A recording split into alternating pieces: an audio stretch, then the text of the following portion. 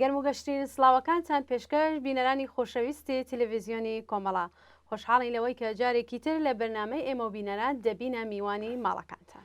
ئازیزان لەلای منیشەوە سڵاوتان لەبێت هیوادارین کە لە هەر کوێیەکەن ساغ و سلامەت بن و مەجالیەوەشتان هەبێت تا بە کۆتایی بەرنامەی هەفتەیەش لەگەڵمان بن.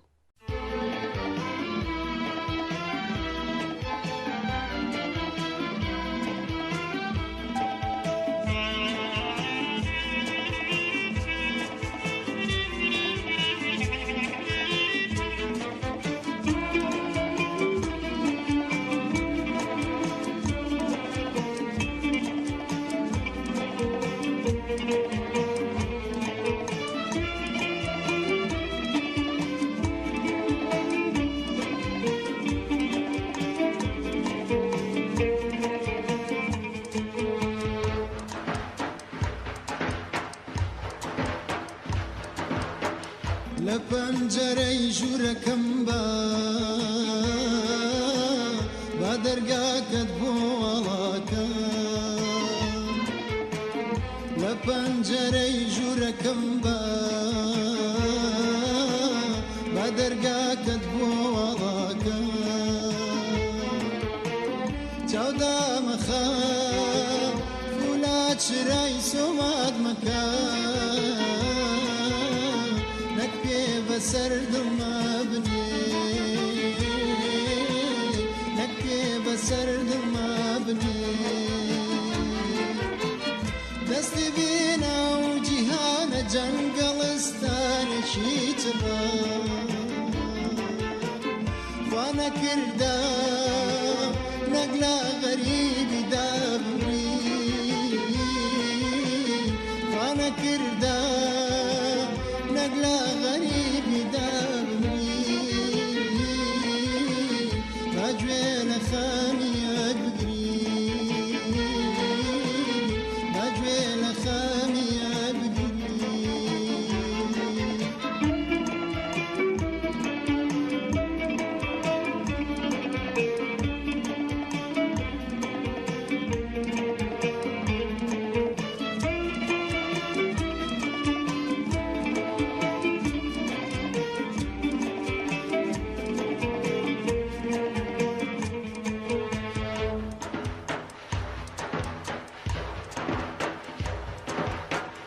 قوربانێ بم دە پێ بگەنە تا خونچەی لێوە ببینێ قوربانێ بم دە پێ بگەنە تا خونچەی لێوە ببینێ کا پشتێ تا هەنگی ناوم ببینێ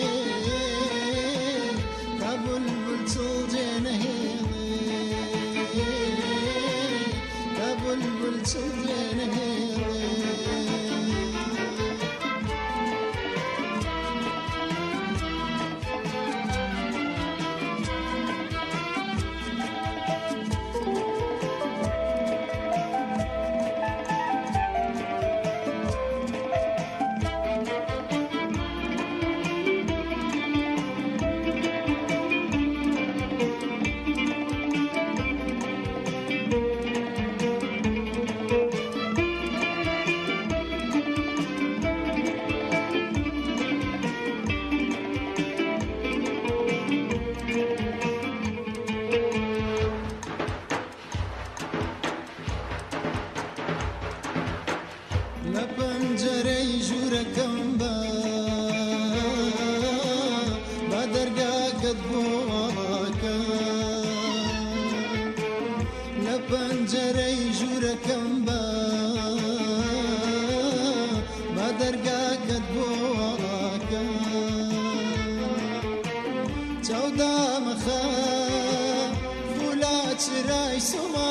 مەکە نەک پێ بەسەر دڵما بنێ نەک پێ بەسەر دڵما بنێ دەستی گێنە خۆت زیز مەکە لەرزا کەمەر تێما پەڕە لار شوێبی ئەدۆزمەوە چونکە بۆنی لار شوێبی ئەدۆزمەوە چونکە بۆنی سنەوبەری تەڕێت لێدێ سنەوبەری تەڕێت لێدێ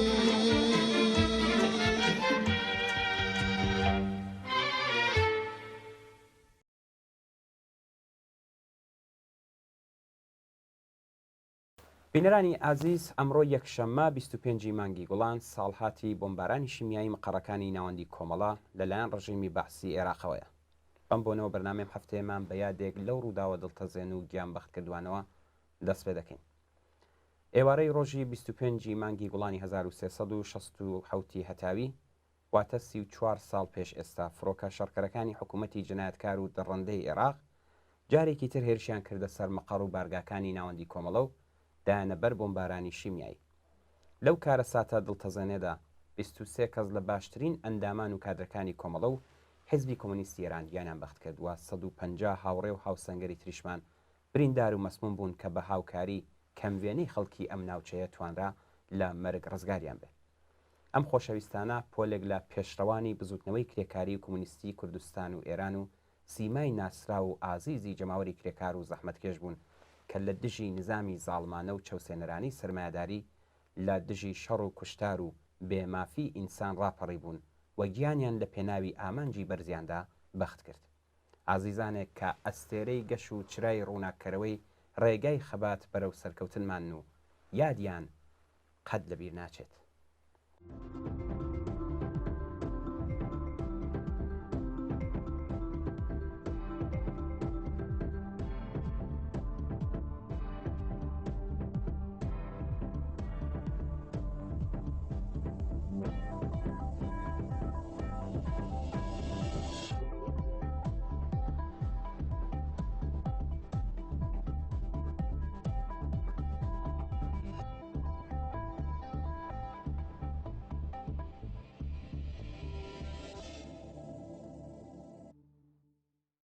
لە کاتێکدا کە هێشتا دوو مانگ بەسەر کارەساتی دڵتەزێنی گوردانی شواندا تێپەڕ بوو، لە کاتێکدا کە هێشتا برینی قورسی بۆمبارانی شیمیای ڕژیمی بەعس بۆ سەر ناوچەی شارەزور کە تێدا پۆلێک پێشمەرگەی شۆڕژگیر و فیداکاری کۆمەڵە وێڕای هەزاران ئینسانی بێدفاعی شاری هەڵەبجە و ناوچەکە گیانیان باخ کرد، ژانی نەشکا بوو، ساڕێژ نەبوو، مەقەڕی ناوەندی کۆمەڵە و ئۆرگانەکانی دەوروبەری ئەم جارە لە دۆڵی بۆتێ کەوتنەبەر پەلاماری بۆمبی شیمیایی ڕژیمی دژی ئینسانی بەعسی عێراق. هەڵبەت پێشتر چەندجاری دیکە مەقەڕەکانی ناوەندی کۆمەڵە لە مالومە لە دۆڵی جافایەتی کەوتووە بەر هێرشی هەوایی و تۆپخانەی ئەرتشی عێراق. لە ئاکامی ئەم هێرشانەدا چەندین هاوڕێترمان گیانیان بەخ کرد بوو. ئەم دوژمنکاریە کە گەیشت بە ئاستێک دەوڵەتی عێراق چەکی کیمیایی لە دژی کۆمەڵە بەکاربێنێت چی بوو. ئەرتشی عێراق بەو هێرشە پەلاماردانەی یەک لە دوای یەکانەی بە شوێن چەمە بەستێکەوە بوو. ئەو ڕژیمە وای دەزانی کە بەو گوشارانە دەتوانێت کۆمەڵە بە چۆک دابێنێت و دەست پێ لە هاوکاریکردنی خەباتی عادڵانەی خەڵکی کوردستانی عێراق هەڵبگرێ. کۆمەڵا خۆی بە پشتیوان و دڵسۆزی ئەو خەباتە ڕەوایە دەزانی کەم نەبوون ئەو تێکۆشەرانەی کوردستانی عێراق کە لەژێر ئاڵای سووری کۆمەڵەدا خەباتی ئەنتەرناسیۆنالیستی خۆیان درێژە پێدا. بەڵێ ئەوە بۆ ڕژیمی بەعس تەحمل نەدەکرا بۆیە لە هیچ جنایەتێک دەستی نەدەپاراست بۆ ئەوەی بتوانێت پردی پەیوەندی نێوان هێزی پێشمەرگەی کۆمەڵە و خەباتی کۆمەڵانی خەڵکی عێراق بۆ ئازادی بڕوخێنێ بەردەوام هەوڵی دەدا کۆمەڵە ناچار بکات مقەڕەکانی خۆی لە شوێنە ئازادکراوەکانی کوردستانی عێراقەوە بگوازێتەوە بۆ شوێنەکانی ژێردەسەڵاتی ئەرتەشی عێراق. بەڵام کۆمەڵە وەکو هەڵوێستێکی سیاسی بەرامبەر بەو هەوڵانی دەوڵەتی عێراق بەردەوام خۆڕاگری دەکرد و نەیدەویست تا کاتێک کە شوێنێکی ئازاد لە کوردستانی عێراقدا مابێت مقەڕەکانی ناوەندی و هێزی پێشمەرگە لە منتەقەی ژێردەسەڵاتی ڕژیمی بەعسدا بن. بوونی مقەڕەکانی کۆمەڵا لەو ناوچە ئازادانەدا بەکردەوە ئێمەی لەگەڵ خەڵکی کوردستانی عێراق و ئەو هێزانەی کە بە دژی ڕژیمی دەسەڵاتدار بەسەر ئەو وڵاتەدا لە شەڕدا بوون هاوچارە نووس کرد بوو. هەر لەبەر ئەو بوو کاتێک کارەساتی بۆ تێڕوویدا خەڵکی شاری ڕانیە و ئەو ناوچەیە هەرکە ئاگاداری هێرشی بەعس بۆ سەر مقڕەکانی ناوەندی کۆمەڵە بوون، سەرڕای ترس و خۆفێک کە ڕژیمی عێراق نابوویەوە بە هەموو هێز و توانا و ئیمکاناتیانەوە بەهانەی کۆمەڵەوە هاتن. شانوەیەکی شکۆداریان لە دڵسۆزی و هاوپشتی خۆیان بۆ کۆمەڵە نیشاندا و سەلماندیان کە کۆمەڵە لە خۆیان بەجیان نازانن. لە هەمان کاتدا زۆر یەک لە پزیشک و دەرمانخانەکانی شاری سلێمانیش سەرڕای ئاگادارکردنەوەیان لەلایەن دەوڵەتی بەعسەوە کە یارمەتی بریندارەکانی بردومانە شیمیاییەکان نەدەن، بەڵام ئەو دکتۆر و بیمارستانانە بەنەهێنی کەوتنە خۆ بۆ دابینکردنی کەلوپەلی پێویست بۆ دەرمانکردنی بریندارەکانمان. هاوپشتی پڕاوپڕی خەڵکی کوردستانی عێراق و خەڵکی ئەو ناوچەیە بەتایبەت لەگەڵ پێشمەرگەکانی کۆمەڵە لەم ڕۆژەدا بیرەوەریەکە هەرگیز لە بیرمان ناچێتەوە. لە ڕاستیدا ناکرێت سەبارەت بە کارەساتی دۆڵی بۆ تێبگوترێت و بنووسرێ، بەڵام باسی فیداکاری و دڵسۆزی خەڵکی ئەو بەشە لە کوردستان بەتایبەت ئەم ناوچەیە بۆ کۆمەڵە لە یاد بکرێت. ئازیزانی گیان بەخکردووی ئەو ڕۆژە سامناکە بریتی بوون لە ئیسماعیل مستەفازادە، ئەحمەد محەممەدی، بایزیدی بەیاز، پەرویزی تاجوانچی، حوسین سیگاری، سعید محەممەدی، جەلال پێنجوێنی، فریشتە ڕەزایی ناسراو بە زۆهرە، عەبدوڵڵا هوشیاریان، عەلی حەسەن محەممەدی ناسراو بە تەحمورز، فەرەنگیز شاهۆیی، کەریم عەبدوڵڵاپور، کەریم جەنەتی، مەریەم مەجنون ناسراو بە سەعادەت، کەماڵ ڕەزانژاد، کەیومەرس مهاجر ناسراو بە جەبار، مەنوچێر مەحمودیان ناسراو بە مرتێزا، محەممەد ڕەسوول خوشسفە ناسراو بە حەمە بازووکە، محەممەد عومەر عەلی، نادر قازیزادە ناسراو بە ئازاد، ناسح مەردوخ، وەفا توتنچی و حامد مدەڕسی. لە 34مین ساڵیادی گیانبەختکردنی ئەو ئازیزانەدا جارێکی دیکە هەزاران درود و سڵاو لە شۆڕشگێڕیان، لە گیانبازیان، لە فیداکاری و لە خۆبردوویان. ئەو پەڕی ڕێز و خۆشەویستیشمان هەیە بۆ دایک و باوک و هەموو ئەندامانی بنەماڵە سەربەرزەکانیان. یادیان بەرز و بەڕێزە و ئاڵاکەیان شەکاوەیە و ڕێگاکەیان پڕێ بوارە.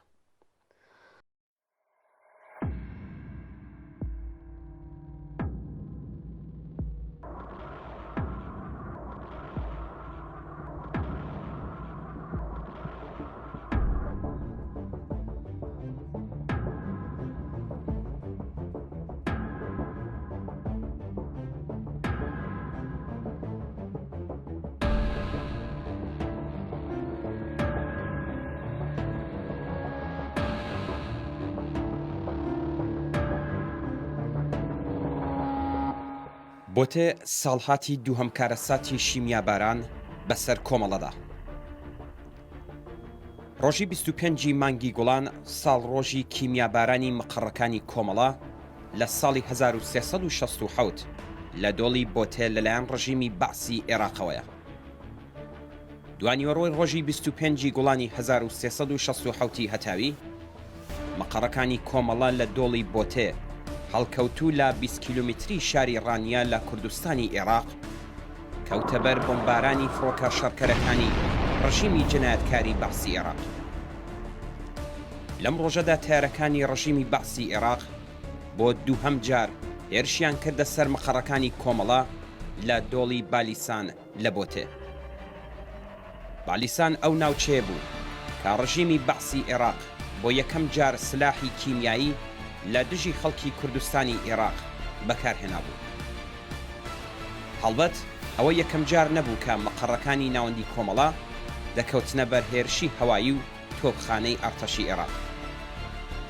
پێشتریش مەقڕەکانی کۆمەڵە لە مالومە لە ناوچەی جافایەتی بەهۆی ئەوەی کە لە ڕێگای مەقڕەکانی کۆمەڵەوە یارمەتی خەڵکی ئاوارە دەدراو، هەروەها پێشمەرگەکانی یەکێتی نیشتمانی کوردستان هاتوچۆی مەقڕەکانی کۆمەڵیان دەکرد، بەو بیانوانەوە کەوتبوونە بەر پەلاماری تۆپخانەی ئەرتەشی عێراق و چەندین هاوڕێمان گیانیان بەخت کرد بوو و خەسارەتی ماڵی زۆریشی پێگەیان بووین. بەڵام هێرشی ئەمجارە بۆ سەر کۆمەڵە لە دۆڵی بۆتێ بە چەکی شیمیایی و گازی ژەهراوی بوو. لەم هێرشەدا بوو کە بەداخەوە 23 ئینسانی تێکۆشەری ماندووی نەناس، 23 شۆڕشگێڕی ڕێگای ئازادی و سۆسیالیزم گیانیان بەخت کرد و 150 کەسیش بریندار بوو. وتێ شوێنێکی ڕزگار کراو لە ناوچەی بالیسان بوو کە ڕژیمی بەعس دوای چەندین پەلاماریش نەیتوانی بوو داگیری بکات. ڕژیمی بەعس لە ڕێگای جۆراوجۆرەوە هەوڵی دەدا کە مەقەڕەکانی ناوەندی کۆمەڵە لە شوێنە ئازادکراوەکانی کوردستانی عێراقەوە بگوازرێتەوە بۆ شوێنەکانی ژێردەسەڵاتی خۆی. ئەو کات کۆمەڵە وەکو هەڵوێستێکی سیاسی بەرامبەر بەو هەوڵانەی دەوڵەتی عێراق خۆڕاگری دەکرد و نەیدەویست تا کاتێک کە شوێنێکی ئازاد لە کوردستانی عێراقدا مابێ مەقەڕەکانی ناوەندی لە منتەقەی ژێردەسەڵاتی ئەو ڕژیمەدا بن. ئاخۆ هۆکاری ئەو پێداگرتنەی ڕژیمی بەعس لەسەر گواستنەوەی مەقەڕەکانی کۆمەڵە بۆ ناوچەکانی ژێردەسەڵاتی خۆی و بۆ ئەم دژمنکاریەی کە گەیشت بە ئاستێک کە چەکی کیمیایی لە دژی کۆمەڵە بەکاربهێنێت چی بوو؟ بۆچی کۆمەڵە زوو دەکەوتە بەر پەلاماری ڕژیمی بەعس؟ لە ڕاستیدا هۆکارەکەی دەگەڕێتەوە بۆ هەست بە بەرپرسیارەتیکردنی کۆمەڵە بەرامبەر بە خەباتی عادڵانەی خەڵکی کوردستانی عێراق.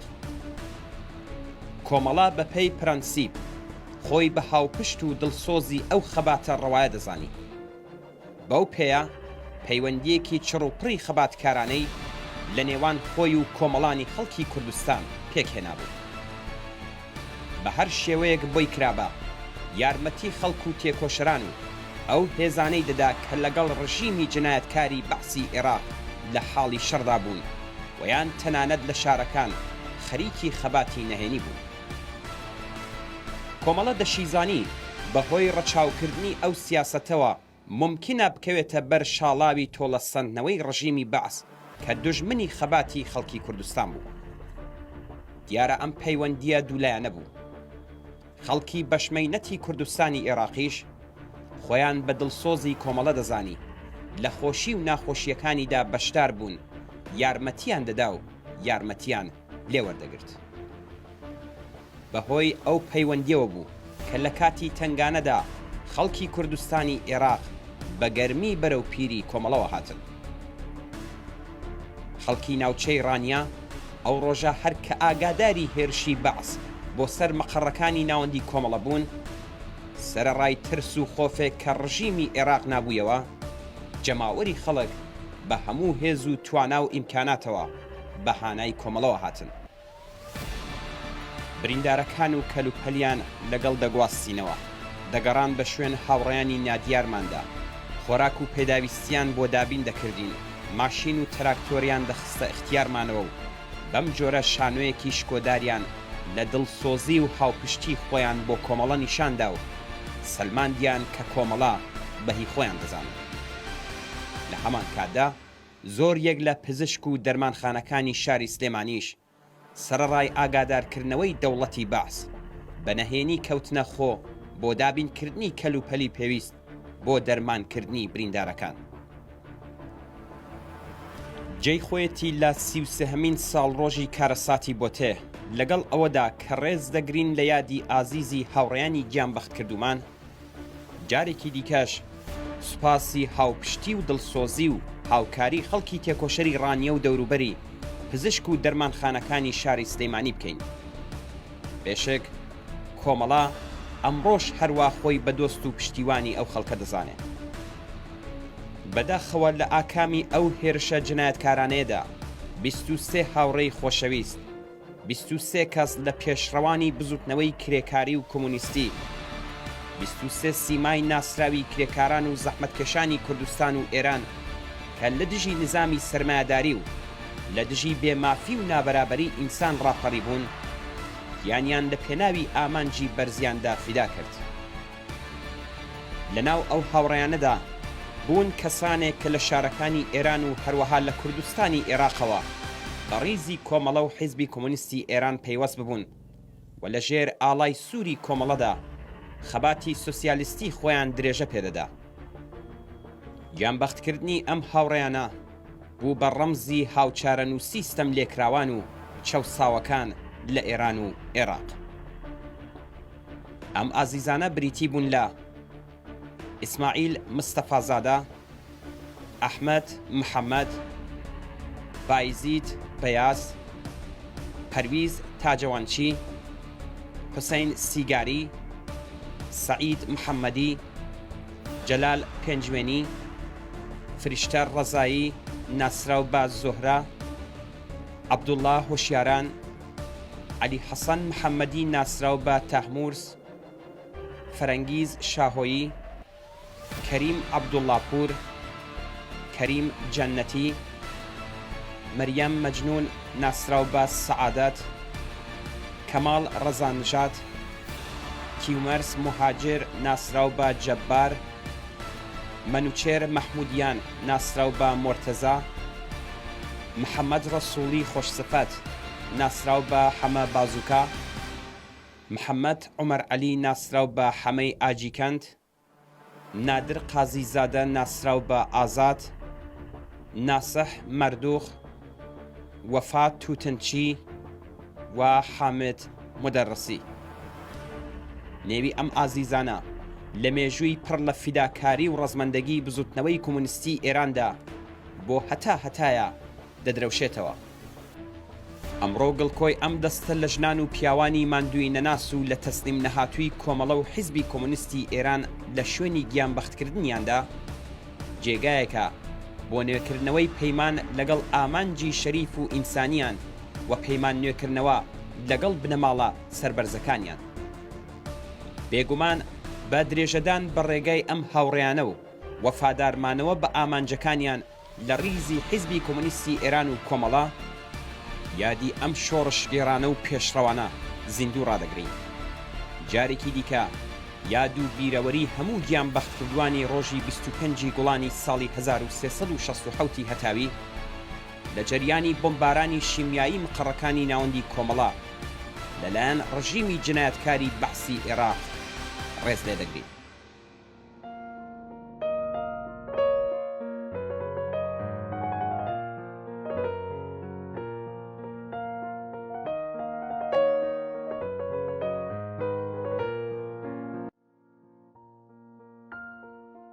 ئێوارەیەک لە پڕ ئاسمان ڕەش هەڵگەڕا.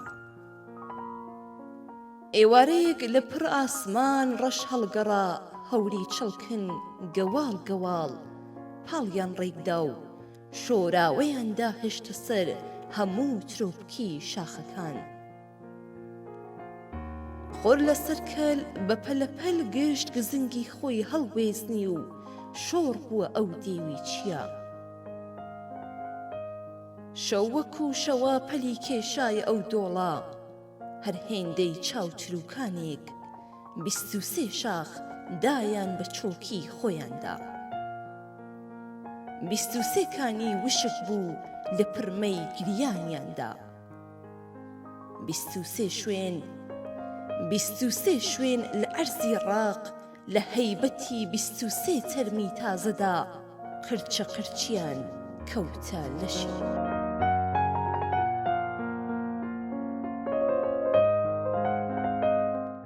بینەرێکی ئازیز بە نازناوی فەرهاد لە شاری مەهابادەوە نامێکی بۆ ناردوین و تێدا نووسیوێتی ئێوە زۆر لە دژی باوەڕی ناسیۆنالیستی دەدوێن و زۆر جار ئەو ڕەخنەتان لێ گیراوەکە.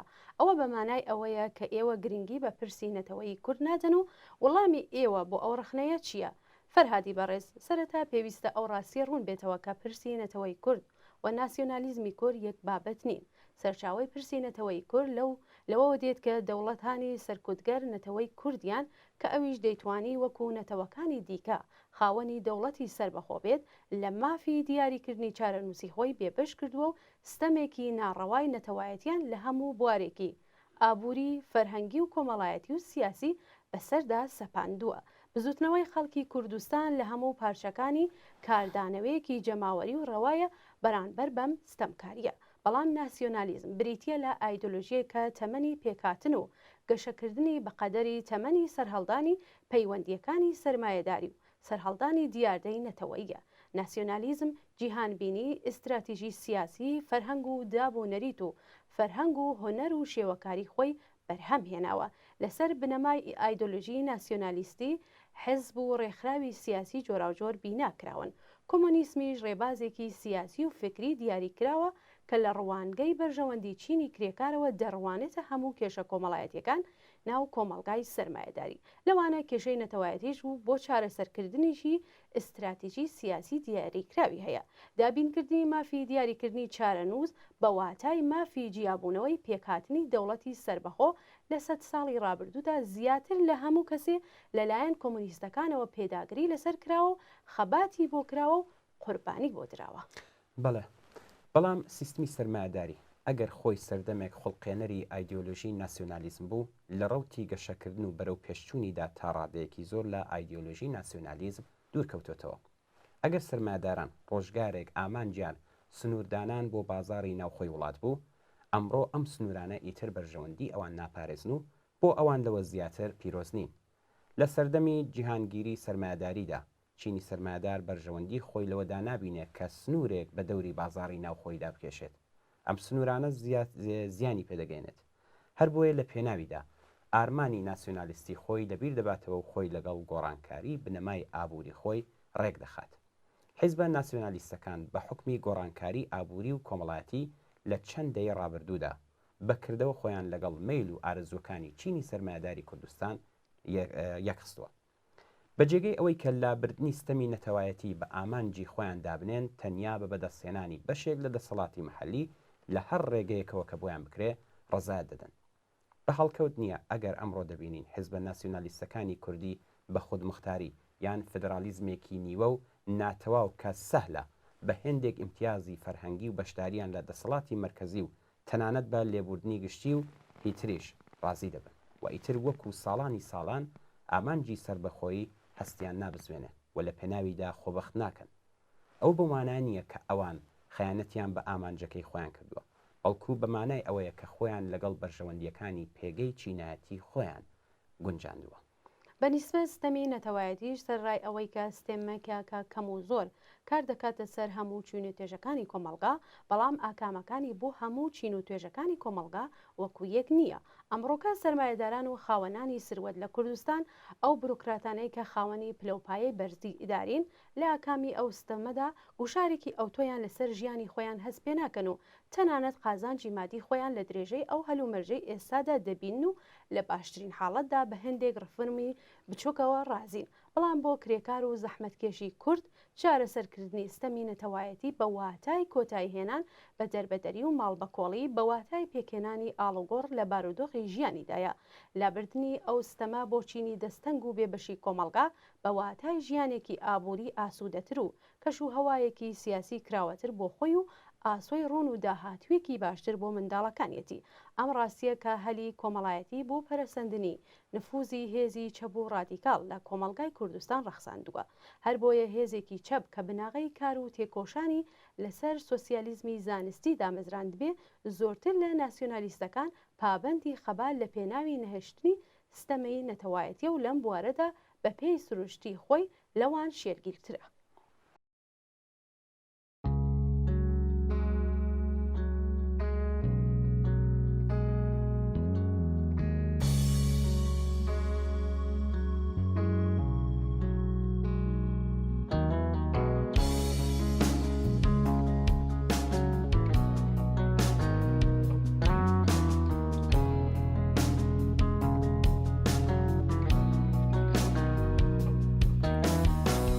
ڕەنگیژین و یەشی نادات هەروەری ناچێ لە یادم ئەو دەمەی من بوو لە پێنان هەر هەوڵەدام بێکارەکەم من لە ژێری حکمی نادات هەروەری و بەشخۆران وا دەیڵێمەوە دەنگ هەڵبڕن بەرنەوە شەتامەمان مەسمەینەتی نابێ ئەبد ژیمان پڕکار لە ڕەنج کێشان بۆ شکۆی چەلادەکان ئەی هەوڕیانی ڕەنجی دەران بێنەوە مەیدانی خوێنخان ئێمە هەموو بۆ یەکتری دەبینە هێز و پشتیوان دەنگ هەڵبڕن وەرنەوە شەقامەکان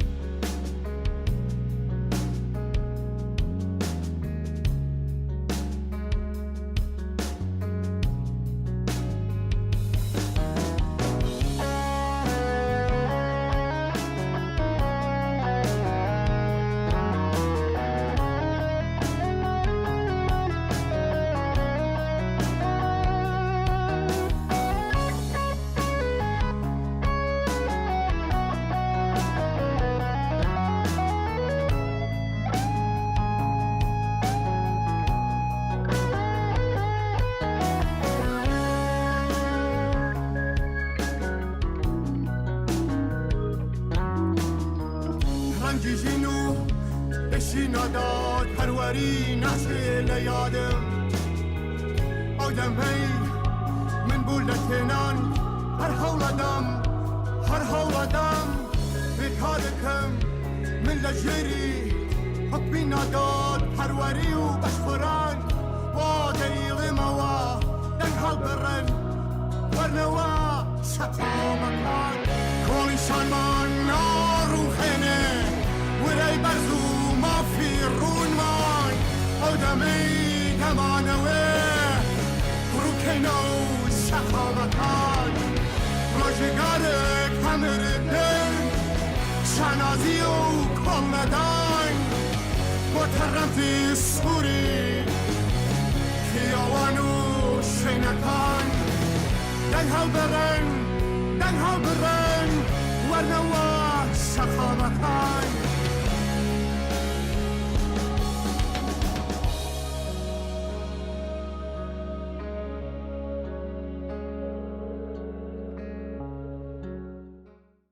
ئازیزان بەرنمەکەمان بە کورتەیەک سەبارەت بە ژینگە و پێویستی پاراستنی درێژە پێدەدەین. پاراستنی سروشت و پاراستنی سڵامەتی ئینسان و سەرجەم بوونەوەرەکانی گۆیزەوی یەکێک لە بنەما سەرەکیەکانی بەردەواممانەوەی ژیان و کەڵگوەرگرتن لە نعمەتەکانی سروشتێکە کە بە فراوانی لەبەردەستماندایە. ئەوانەی ڕۆژانە خۆمان دەیبینین و بەراوردی کارناسەی لەم بوارەدا کە نەکەوتونەتە خزمەتە سەرمایەوە ئەو ڕاستیە دەردەخات کە ئەساسەن زۆرترینی ئەو بەڵانەی کە بەسەر ژینگەدا دێن بەهۆی دەستڕێژیەکانی خاوەنانی سەروەت و قودرەتە. ئەگەر کۆمەڵگا بە شێوەیەکی تر بەڕێوە بچێت و نەزمی بەرهەمهێنان و مەسرف بە چەشنێکی دیکە ڕێک بخرێت کە بنەماکەی وەڵامدانەوە بە نیازە ڕاستەقینەکانی بەشەر بێت و هەموو شتێک بۆ هەمووان بێت و مرۆڤەکان بە پێی نەخشە و پلان تەنیا بە ئەندازەی پێداویستیان لە سەرچاوە سروشتیەکان بەهرەمەندن و بە پێی بەرنامە و پلانی کارناسانە ئەو سەرچاوە سروشتیانەی شیاوی بوژانەوەن زیندووکەنەوە سروشت سەدەمەی جددی بەرناکەوێ و نیزامی ژینگەی گیرۆدەی قەیران نابێت. ئەگەرچی پاراستنی ژینگە ئەرکی دەوڵەت و حکوومەتەکانە و بۆ پێشگرتن لە وێرانبوونی ژینگە دەبێت دەوڵەتەکان بخرێنە ژێرگوشارەوە، بەڵام یەک بە یەکی دانیشتوانی گۆیزەویش تا ڕادەیەک دەتوانن سەهمێکیان لە بەرگرتن لە وێرانی لە ڕادە بەدەریدا هەبێت. مرۆڤەکان سەر بەخۆ لەوەی کە دەوڵەتەکان تا چەندە ڕۆڵی خۆیان لە پاراستنی ژینگەدا ئەنجام دەدەن دەتوانن ئەخلاقی ژینگە پارێزی خۆیان بەهێز بکەن. ئەخلاقی ژینگە پارێزی چەشنێک لە هەڵس و کەوتی ئینسانی بەرپرس و خاوەن شارستانیەتی ئەمڕۆیە کە بەبێ ئەوەی لەلایەن کەسەوە وریا بکرێتەوە ڕێز بۆ سروشت ژینگە و یاسامەندیە ژینگەی یەکان دادەنێ و خۆی بە بەرپرسی پەیڕەوکردنی پاراستنی ژینگەکەی خۆی دەزانێ و تێدەکۆشێ لە چوارچێوەی اختیارات و سنووری ژیانی خۆیدا لە پاراستنی ژینگەدا دەور و نەخشی هەبێت. هەروەی کە کەسەکان لە بەکارهێنانی کارەبا ئاو یان هەر شتێکی دیکەدا زیادەڕەوی ناکەن، هەروەی کە ئینسانەکان گرنگی بە پاک و خاوێنی و بەهداش دەدەن و خۆ لە فرێدانی زبڵ و زاڵ لەسەر شەقام و کۆڵان و شوێنە گشتی و پارکەکان دەبوێرن، هەروەی کە مرۆڤەکان هەست بەوە دەکەن کە بوونەوەرانی زیندوی حەیوانی و گیایی زەنجیرەیەکن لە چرخەی ژینگە و نابێت لە نێو ببردرێن، هەروەی کە هەوڵ دەدەن بەشێک لە زبڵ و فڕێودراوەکان سەر لە نوێ لە یەک جیا بکەنە و بەرهەمیان بێنەوە، هەرەوەندە ئینسانەکان بەبێ بەرنامە و ناپێویست کەڵک لە نایلۆن و کیسەی پلاستیکی و کەرەسەی یەکجار مەسرف وەرناگرن و هیتر گشت ئەم کارە بچووکانە کە بە ئاسانی دەکرێن لە ئاستی خۆیاندا دەتوانێت ئاستی سڵامەتی ژینگە بەرنەسەرێ. دیارە کەسانێک کە بگەنە ئەم ئاستە لە هەستیاری کە خۆیان ئەم خاڵە سادە و ساکارانە بەڕێ پەیڕەو بکەن، گۆمانی تێدانە کە کەسانی دیکەش هاان دەدەن وەکو خۆیان سەبارەت بە ژینگەی دەوروبەریان هەستیار بن. ئەخلاقی ژینگەیی بەم شێوەیە گشتگیر دەبێت، بەڵام بێگومان لە نیزامێکدا کە هەموو شتێک لەسەر گرژێنەی گەردشی سەرمایە و بەدەستێنانی قازانج دەگەڕێ و لە پێناوی کەڵەکەکردنی قازانجدا هەموو شتێک لەوانە ژینگەیش دەبێتە قوربانی پەرەپێدانی فەرهەنگ و ئەخلاقی ژینگە پارێزی بە تەنیا بەس نییە، بەڵکو دەبێت لە دژی پەیوەندی و مناسباتێک خەبات بکرێت کە بە حکمی ناوەرۆکی بابەتەکەی ڕۆژانە بەبێ لە بەرچاوگرتنی ئاسەوارە خەیرا و درێژماوەکانی گۆشەیەک لە سروش بەرەو وێرانی دەبات. هەرچەند لە نیزامێکدا کە پێکهاتەکەی لەسەر بنەمای خاوەندارێتی چەوسانەوە هەڵاواردن و بەدەستێنانی قازانج دامەزراوە، دەوری تاکە کەس لە پاراستنی ژینگەدا کەمڕەنگ دەبێتەوە و ژینگە لە بناغەوە تووشی دەستێوەردانی قازانج پەرستی و زێدەخوازی دەسەڵاتداران و خاوەنانی سەروەت دەبێتەوە، بەڵام کۆمونیستەکان وەک کەسانی بەرپرس لە بەرامبەر چارەنووسی کۆمەڵگای بەشەریدا ناتوانن سەبارەت بەم بابەتە گرنگ و حیاتیە بێتەفاوت بن و هیچ هەڵوێستێکیان نەبێت. کۆمونیستەکان نەتەنیا لە چوارچێوە و سنووری کار و ژیانی خۆیاندا تێدەکۆشن تا سەهمێکیان لە پارێزگاریکردن لە ژینگەدا هەبێت، بەڵکو لێبڕاوترین خەباتکارانی ڕێگای بربەرەکانەیە لەگەڵ وێرانگەریە نظامی سەرمایه‌داری لە بواری ژینگەدان. کۆمونیستەکان کە لە هەر مەیدانێک لە چالاکی کۆمەڵایەتیدا پێشڕە و سەرچاوی ئاڵوگۆڕن ناتوانن سەبارەت بە سروشتی دەوروبەریان بێتەفاوت و کەم تەرخەم بن. نابێ بێڵین بەبێ لە بەرچاوگرتنی نیازی ئینسانەکان لە پێناو تەماع و قازانجپەرستی خاوەنانی سەرمایەدا زەوی وێران بکرێت، ئاوەکان پیس بکرێن و جوانی سروشت لەنێو ببرێت. شوێنە سروشتیەکان وێران و تێک بدرێن و کۆمەڵگای بەشەری بخەنە بەردەم کونبوونی لای ئۆزۆن و توانەوەی سەهۆڵەکان و هاتنە سەر ئاوی دەریاکان و سێڵاو باهۆز و کارەساتە سروشتیەکانەوە. ژینگەکەمان بە گشت جوانیە سروشتیەکانیەوە میراتێکی بەجێماوە بۆمان کە پێویستە بیپارێزین و ئێمەش بە هەموو ڕواڵەت و جوانیەکانیەوە بیدەینە دەست نەوەکانی داهاتوو.